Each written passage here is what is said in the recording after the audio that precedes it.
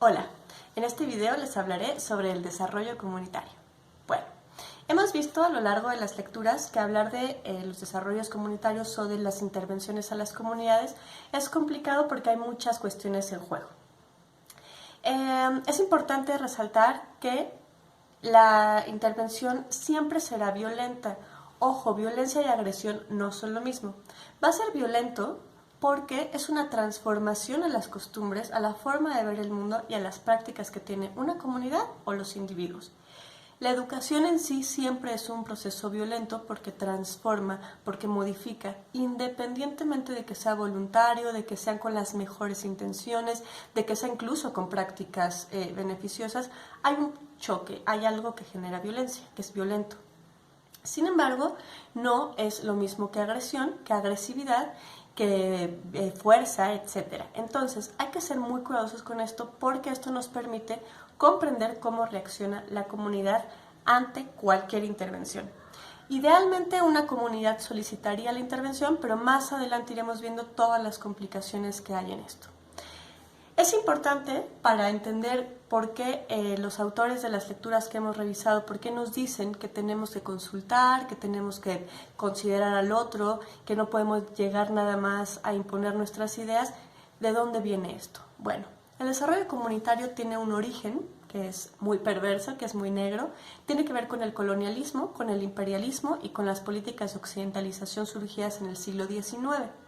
En esta época la antropología surge y la antropología moderna, y lo que tratan de hacer es comprender cómo funcionan las comunidades para poder occidentalizarlas más fácilmente. Es decir, en esta época existe una visión evolucionista del desarrollo social y se cree que Occidente es el más avanzado y que todas las demás culturas tienen que llegar a él. Esto es una herencia que tenemos y por eso los autores nos van a decir que tenemos que dejar esta de lado y que tenemos que empezar a considerar a las comunidades como poseedoras de saberes y no solo nosotros, occidentalizados, con saberes universitarios y con una visión del mundo particular. Esto es vital para poder llevar a buen puerto, ¿no?, la intervención que nosotros hagamos. Saber de dónde viene esto, saber por qué nos dicen de estas prácticas, cómo poder erradicarlas y cómo poder hacer una intervención que sea lo menos agresiva y violenta posible. Bueno, en este momento hay que considerar muchos factores, entre ellos el evolucionismo, que ya no existe, las sociedades ya no evolucionan, no es que no se transformen, la evolución tiene una carga de mejora y las sociedades no es que tengamos que llegar a mejor sociedad o alcanzar a otra sociedad, sino buscar las pautas que nos hagan vivir de una manera más digna y más humana. En los procesos globales es muy complicado porque la occidentalización se ha extendido, porque hay una forma económica imperante, porque hay cuestiones políticas detrás y eso va aniquilando la diferencia. En un desarrollo comunitario, en una intervención comunitaria, lo que tenemos que privilegiar es la diferencia y esa diferencia es la forma en la que esta comunidad va a resolver sus propios problemas. Esto no significa que las comunidades no puedan acceder a desarrollos tecnológicos. La modernización y el autoritarismo no son lo mismo. No porque una comunidad sea indígena, viva en la sierra, sean campesinos, no van a tener derecho o les vamos a negar la posibilidad a acceder a las tecnologías o a los desarrollos que se van surgiendo. Lo que sí no podemos hacer es imponerles estas nuevas formas. Ellos tienen que adaptar y que, si ellos quieren, por supuesto, integrar estas pautas dependiendo su cosmovisión y hasta donde ellos quieran y puedan. Sí, esto es fundamental. Bueno, a partir de los años 60 hubo nuevas apreciaciones de la cultura y se dejó esta visión evolucionista y se comenzó a privilegiar la diferencia. Es decir, se dejó de ver a las comunidades como atrasadas, como subdesarrolladas, por no practicar las mismas cuestiones, usos y costumbres que Occidente. Se empiezan a rescatar saberes medicinales, educativos, prácticas familiares, prácticas sexuales, y hay un abanico impresionante que nos sorprenderá y cuando nos acerquemos a comunidades distintas a las nuestras, o como miembros de una comunidad acercarnos a grupos urbanizados o más occidentalizados que nosotros. Estas diferencias son fundamentales para que la cultura viva. Hay que hacer una precisión: cultura y civilización no son lo mismo. ¿Sí? Civilización son ciertas pautas que tienen que ver con las leyes, que tienen que ver con normativas, y cultura es toda la forma histórica y actual que nos hace resolver las formas, los problemas en cómo los resolvemos. Entonces, es muy importante no liquidar la cultura por imponer la civilización, pero civilización y cultura no están peleadas, pues cada grupo, cada comunidad va a tener sus propias formas civilizatorias. Entonces, nuestra misión como pedagogas es lograr que estas comunidades puedan adquirir sus formas civilizatorias, que no tienen que ser las occidentales, pero que sí van a ayudar a mejorar la convivencia entre la comunidad. Esto tratando de que no se pierdan las formas culturales. También hay que precisar que cultura no es sinónimo de bueno. Hay prácticas culturales negativas y esto tiene que ver cuando se atenta contra la dignidad de los humanos. Por ejemplo, la mutilación genital, que sucede todavía en algunas partes de África, o en nuestro país, que todavía se venden niñas o matrimonios forzados. Esas prácticas son prácticas culturales. Sin embargo, atentan a la dignidad, en este caso, de las mujeres. Por ello, vamos a hacer, esto es complicadísimo. ¿Por qué? Porque no solamente es preservar toda la cultura, y tampoco es de alejarlos del proceso modernizador o proceso tecnológico, sino que esto tiene que darse de una manera armoniosa, privilegiando la humanidad, la dignidad y los derechos, que en esta época son los que privilegian. Cada época va a ir modificando sus perspectivas de derechos, sus perspectivas de beneficios, sus perspectivas de un mundo ideal. Eso hay que considerarlo también. No siempre se ha tenido el mismo proyecto y los proyectos van cambiando. Y no cambian al mismo tiempo en todas las culturas y en todas las comunidades. Entonces, nosotros como profesionales de la educación tenemos que considerar que hay ritmos distintos, que hay pautas distintas y que sobre todo son esas diferencias las que nos permiten crear un mundo, ¿no?, lleno, tan rico culturalmente. Bueno, estas cuestiones, ¿no?, por ejemplo, en las que nosotros vamos a intervenir, tienen que ver con mejorar la calidad de vida de las personas. Pero esto es complejo porque ¿qué es calidad de vida? Esto está generalmente ligado con la pobreza, con el acceso a oportunidades. Sin embargo, va a ser muy complicado cómo entendemos pobreza, o cómo entendemos acceso a oportunidades, o cómo entendemos ciertas cosas.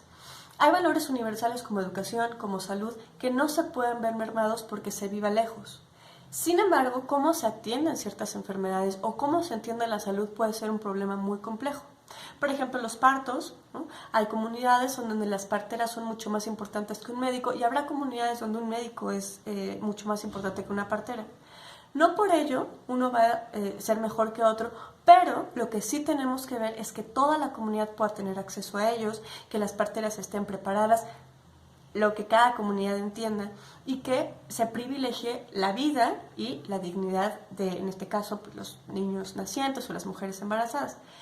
La educación, por ejemplo, los ciclos centralizados, ¿no?, que la SEP puede tener, y sabemos que hay una comunidad que no va con eso, el centralismo, etcétera. Hay muchísimos factores que entran en conjunto, pero hay ciertas cosas que no podemos dejar de lado, como, les repito, la educación, cuestiones de derechos humanos, cuestiones de salud.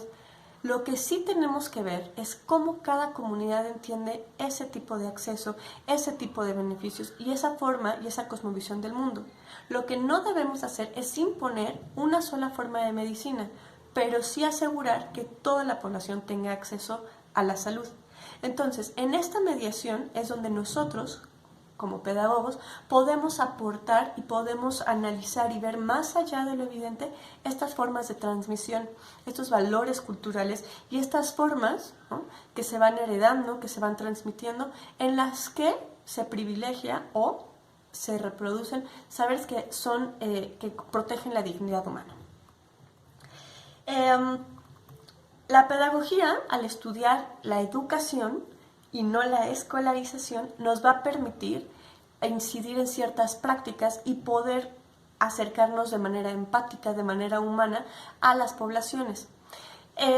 No siempre vamos a poder tener acceso con grupos de gobierno, por ejemplo, con los grupos de poder, con los líderes religiosos. Va a haber muchas fuerzas todo el tiempo intercediendo en una población, en una comunidad. La forma más óptima de acercarnos a una comunidad es con, ya sea los líderes, si los líderes tienen buena relación con su comunidad, pero a lo mejor no la tienen, o a lo mejor esos líderes no quieren que llegue la ayuda, porque recordemos, y esto es lo complicado de una intervención, las cosas no pasan o dejan de pasar por ignorancia la mayoría de las veces, sino por cuestiones políticas. Entonces, nosotros tenemos que tener muy en cuenta la cuestión política, la cuestión económica y la cuestión social a la hora de hacer nuestra intervención. No podemos llegar y decirles que están mal y pelearnos si ellos son los que nos van a dar los beneficios o si ellos son los grupos de poder que nos pueden negar el acceso a una comunidad. Tenemos que buscar personas clave para poder acercarnos a la comunidad y hablar con esas personas y entender desde su perspectiva qué es lo que ellos necesitan y cómo vamos a poder ayudarles. Idealmente una comunidad pedirá ayuda a las instancias pertinentes, ya sean gubernamentales, ya sean educativas, ya sean asociaciones civiles. Sin embargo, la mayoría de las veces la comunidad no será la que pida ayuda, sino llegarán los grupos a ofrecer este tipo de intervenciones y esto generará otros problemas que iremos desarrollando a lo largo, que yo iré desarrollando a lo largo de más videos. Hasta ahora lo que nos tiene que quedar muy claro es que no se trata de imponer soluciones, sino de comprender cuáles son las necesidades de una comunidad, de una población y tratando de respetar los aspectos culturales que privilegien la dignidad y la humanidad para poder ayudar a que todo el grupo goce de esos privilegios. Nosotros no vamos a darles las pautas ni las soluciones, pero sí vamos a ofrecer las herramientas para que la comunidad pueda considerar tanto los puntos débiles como los puntos fuertes. Muchas veces las comunidades no saben que tienen cuestiones fuertes, ¿no? Que tienen rasgos sumamente positivos y que les van a ayudar a conseguir ciertos puntos por estas visiones imperialistas, colonializantes, etc. Todos nosotros pecamos de esto en algún momento, creyendo que nosotros sí sabemos, que nosotros tenemos la respuesta, que nuestra forma de ver el mundo es mejor. Y de lo que se trata en una intervención, en toda la cuestión educativa, pero más en una intervención comunitaria, es entender que hay muchas formas de hacer mundo, que nosotros no solo no tenemos las respuestas mágicas, pero sí tenemos una preparación y una formación humanista desde la cual nos permite ayudar a los demás a reconocer estas fallas, estos problemas y privilegiar sobre todo la dignidad humana. Espero que estos videos les sirvan, que les ayuden a comprender un poco mejor estos temas. Pronto subiré un par de videos hablando de experiencias personales para que vayan entendiendo cómo es que se puede hacer el desarrollo y qué niveles hay para la intervención comunitaria. No nada más hay macro, ¿no? Intervenciones macro, también hay intervenciones pequeñas individuales que van a ir dejando semillas y que van a permitir ayudar a que se hagan grandes cambios. Para los que ya vieron el video de la maestra Juanita, ese es un muy buen ejemplo de cómo una persona a partir de su experiencia personal y a partir de prácticas personales puede hacer cambios que realmente repercuten en la comunidad y en muchas otras generaciones. Espero que esto les ayude y bueno, nos vemos pronto. Chao chicos.